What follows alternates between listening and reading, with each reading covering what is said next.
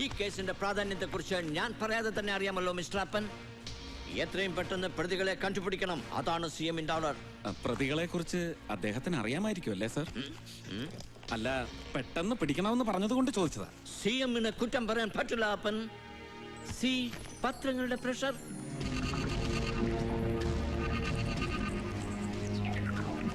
പോണോട്രോപിക് ദൃശ്യങ്ങൾ, കീഴാള പരിപ്രേക്ഷ്യം, അപമാനവീകരണം, best. Indian ദേശീയതയെയും സാംസ്കാരിക ചിഹ്നങ്ങളെയും മതവെറി നിറഞ്ഞ കണ്ണിലൂടെ നോക്കി എന്നും അപഹസിക്കാറുള്ള ഈ പെട്രോ ഡോളർ പത്രത്തിൽ വരുന്ന വാർത്തകൾ ആരെങ്കിലും മുഖവിലക്കെടുക്കാറുണ്ടോ സാർ? കിണ്ടിക്കും മൊന്തയ്ക്കും നിലവിളക്കിനും സംഗീതത്തിനും രവിവർമ്മ ചിത്രങ്ങൾക്കും എന്തിന് മലയാളി ഉണ്ണാൻ ഉപയോഗിക്കുന്ന വാടയിലേക്ക് വരെ ജാതിയും മതവും ഉണ്ടെന്ന് പ്രചരിപ്പിക്കുന്ന ഈ ഡി ക്ലാസ് പത്രത്തിൽ വരുന്ന വാർത്തകൾ ഒരു കേസിന്റെ അന്വേഷണത്തെയും പ്രഷറൈസ് ചെയ്യാൻ കാരണമാവരുത്. മുഖ്യമന്ത്രിക്കും നമ്മൾ ഉദ്യോഗസ്ഥർക്കും ഇതിന്റെ സ്ഥാനം എവിടെ? പിന്നെ ഞാൻ ഈ കേസ് ഏറ്റെടുക്കുന്നത് സത്യം പറയാലോ സാർ, ഒട്ടും താല്പര്യത്തോടെയല്ല. സിവിൽ സപ്ലൈസ് കോർപ്പറേഷൻ ചീഞ്ഞു നാറുന്ന ഒരു തൊഴുത്താണെങ്കിലും ഇഷ്ടപ്പെടാൻ തുടങ്ങിയിരുന്നു ഞാൻ അവിടെ. ഇഷ്ടപ്പെടുക മാത്രമല്ല, ക്ലീൻ ആക്കി. എല്ലാവർക്കും അത് അറിയാം അപ്പൻ. Anyway, best of luck. Congrats. Thank you sir. പിന്നെ അറിയാമല്ലോ CMന്റെ സ്വഭാവം. എന്തുണ്ടെങ്കിലും നേരിട്ട് വിളിക്കും, ശാസിക്കും. പക്ഷെ ആള് നല്ലതാ. എല്ലാം നന്നായി കാണണമെന്ന് ആഗ്രഹിക്കുന്ന ശുദ്ധൻ. അറിയാം സാർ, ബട്ട് ഫേറ്റ് നന്നാവില്ല സാർ, ഒന്നും ഒരിക്കലും.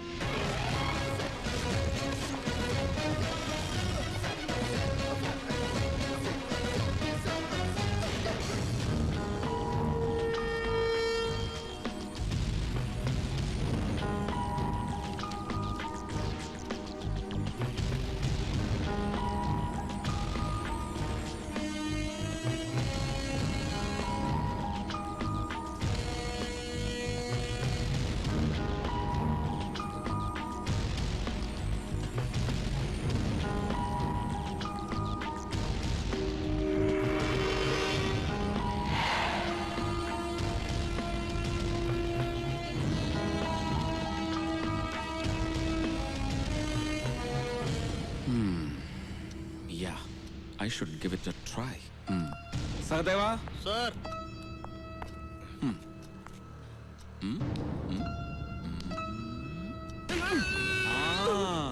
Yes. ഇങ്ങനെ കരയും ആരായാലും. പക്ഷെ സംഭവ സ്ഥലത്തുണ്ടായിരുന്ന ഭാസ്കരൻ മരിച്ച കൃഷ്ണൻ നമ്പ്യാരിൽ നിന്ന് ഇങ്ങനെ ഒരു കരച്ചിൽ കേട്ടതായി രേഖപ്പെടുത്തിയിട്ടില്ല ഇതില്. Total confusion, complication. പക്ഷെ രസമുണ്ട്. തല തിരിഞ്ഞ ഒരു കേസ്. Very interesting. 8:30 മണിക്ക് വിളിക്കാമെന്ന് പറഞ്ഞതാ വൈഗയോട്. 1/2 മണിക്കൂർ ലേറ്റ് ആയി. Sorry Vaiga. I am so sorry. Very sorry. Yeah. Pick up. See, ഞാൻ പറഞ്ഞില്ലേ എടുക്കുന്നില്ല.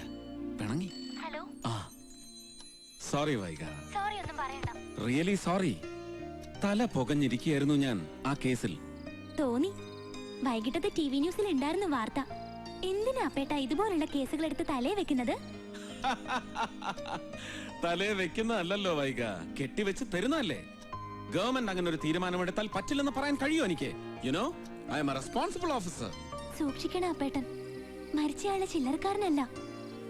അപ്പൊ കൊന്നവരും അതുപോലുള്ളവരാവും. യെസ്, പക്ഷെ ഞാൻ കണ്ടുപിടിക്കും അവൻ എത്ര വലിയവനായാലും.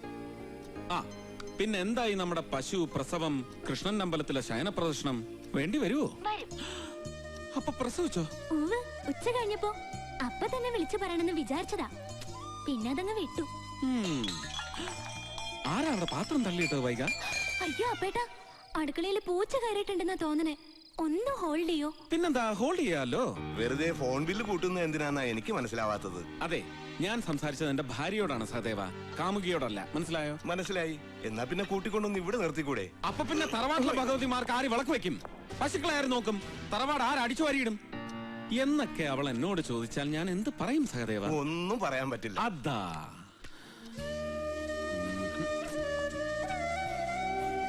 വൈഗ, വൈഗ, വൈഗ, ഇത് എവിടെ പോയി കിടക്കുന്നു ഈ കുട്ടി?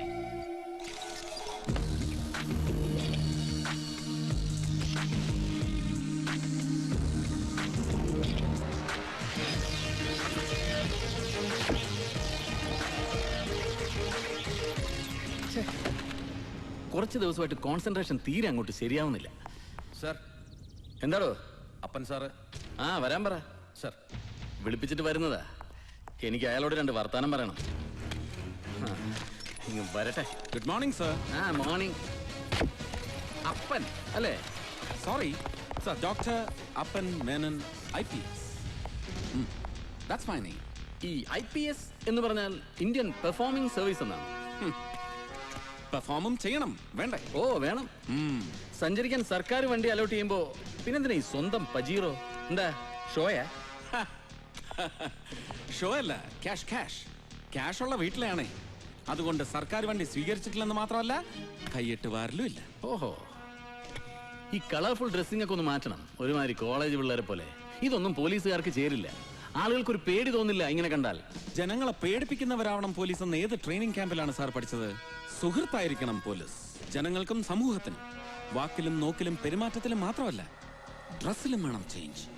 ഫീൽ ചെയ്യണം ജനത്തിന് നമ്മളെ അവരിലൊരാളായി. അപ്പൊ ഈ ക്രിമിനൽസിനും അങ്ങനെ തന്നെ ഫീൽ ചെയ്താലോ? ചെയ്യില്ല. അപ്സ്റ്റെയർ വേക്കന്റ് അല്ലാത്തവർ പോലീസായാൽ അങ്ങനെ ഫീൽ ചെയ്യില്ല. ഞങ്ങളുടെ നാട്ടിൽ ചിലരെ കുറിച്ച് പറയും, അപ്പ കാണുന്നവനെ അപ്പാന്ന് വിളിക്കുന്ന സ്വഭാവമുള്ളവരെന്ന്. താൻ ആ ടൈപ്പ് ഒന്നും അല്ലല്ലോ. ഹേയ്, പിന്നെ ഞങ്ങളുടെ നാട്ടിൽ ആ യൂസേജിൽ ചെറിയൊരു മാറ്റമുണ്ട്. അഴകുള്ളവനെ അപ്പ എന്ന് വിളിക്കുന്നവൻ. അതുകൊണ്ട് മേക്കാടൻ എന്നെ ധൈര്യമായിട്ട് വിളിക്കാം അപ്പ എന്ന്. മിസ്റ്റർ മേനോനെ, നിങ്ങൾ വർക്ക് ചെയ്ത അതർ സ്റ്റേറ്റ്സ് പോലെ അല്ല കേരളം. ഇവിടെ നല്ല കായികാധ്വാനം വേണ്ടി വരും കേസിന്റെ ഡെഡ് ലോക്ക് പൊട്ടിക്കാൻ. എന്താടോ? ഹേയ്, ഒന്നുമില്ല സാർ. ഒന്നുമല്ല, താൻ എന്നെ ഒന്ന് ആക്കിയതാ. എടോ, പേരിന്റെ മുമ്പിൽ ഡോക്ടർ എന്നൊന്നും ഇല്ലാന്നേ ഉള്ളൂ. ഞാനും നല്ല അസല് പോലീസുകാരനാ. അല്ലെന്ന് പറഞ്ഞോ സാർ ആരെങ്കിലും? ഈ കോംപ്ലക്സ് ഉണ്ടല്ലോ, ഇൻഫീരിയോറിറ്റി കോംപ്ലക്സ്, അത് മനസ്സിൽ നിന്ന് ആദ്യം കളയണം. അപ്പൊ ഫ്രസ്ട്രേഷൻ മാറും. ഫ്രസ്ട്രേഷൻ മാറിയാൽ കോൺസെൻട്രേഷൻ കിട്ടും. കോൺസെൻട്രേഷൻ കിട്ടിയാൽ ദാ ഇതൊക്കെ വെരി സിമ്പിൾ.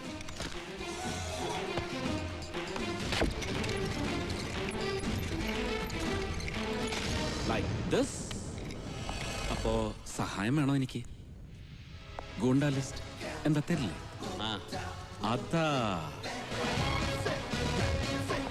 പിന്നെ മേക്കാടൻ വക നമ്പ്യാർ വധ അന്വേഷണ റിപ്പോർട്ട് പഠിച്ചു ഞാൻ. കുഴപ്പം, I am very upset. But you don't have any reason to be upset. ശരിയാക്കിയെടുക്കാം, ശരിയാക്കിയെടുക്കും. ആള് കൊള്ളാല്ലേ സാർ?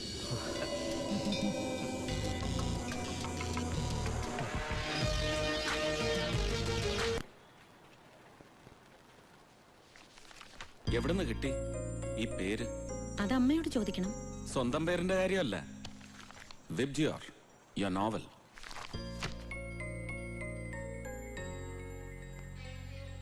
മഴവില്ല ഇഷ്ടമായിരുന്നു കുട്ടിക്കാലം മുതലേ.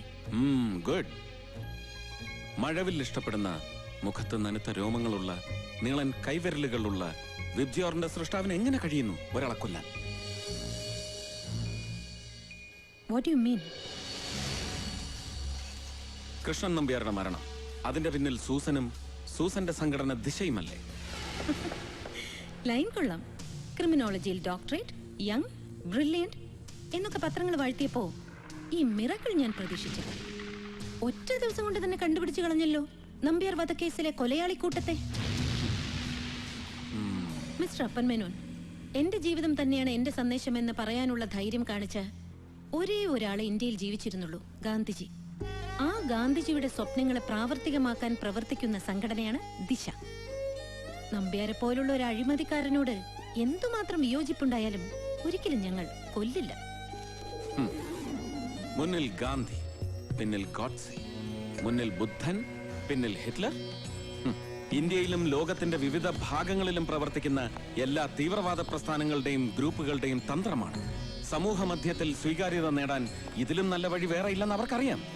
ഒരു നുണ 100 ആവർത്തി പറഞ്ഞാൽ സത്യമായി ഭവിക്കുമെന്നറിയാവുന്ന ഇത്തരം ചെറു ഗ്രൂപ്പുകളുടെ ചരിത്രമൊന്നും പഠിപ്പിക്കാൻ തന്നെ സൂസൻ അറിയോന്നറിയില്ല.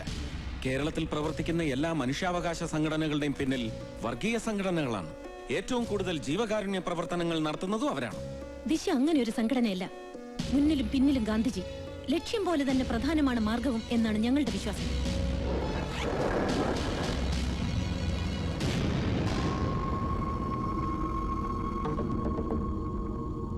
ആദ്യം ഒരു സ്വകാര്യ TV ചാനലിലും പിന്നെ ഈ പത്രങ്ങളിലും വന്ന വാർത്തകളുടെ പിന്നിൽ ദിശയല്ലേ? അതെ. ഓക്കേ, എവിടുന്ന് കിട്ടിയ ഈ വിവരങ്ങൾ? സംഘടനാ ഓഫീസിലെ ലെറ്റർ ബോക്സിൽ നിന്ന് കിട്ടിയ ഒരു CD. അതിലാണ് ഈ വിവരങ്ങൾ ഉണ്ടായിരുന്നത്. ഓ, ആരാണ് CD ലെറ്റർ ബോക്സിലിട്ടത്? അറിയില്ല. അന്വേഷിച്ചില്ലേ? എന്തിനന്വേഷിക്കണം?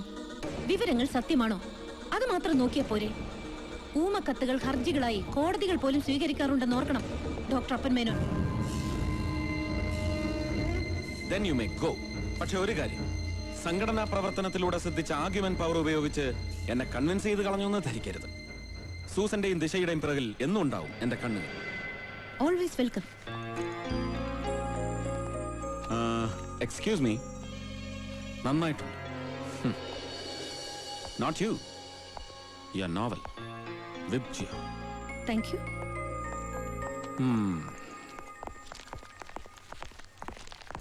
സാർ, മേക്കാടൻ സാർ തന്നിച്ച ഗുണ്ടാലിസ്റ്റാണ്.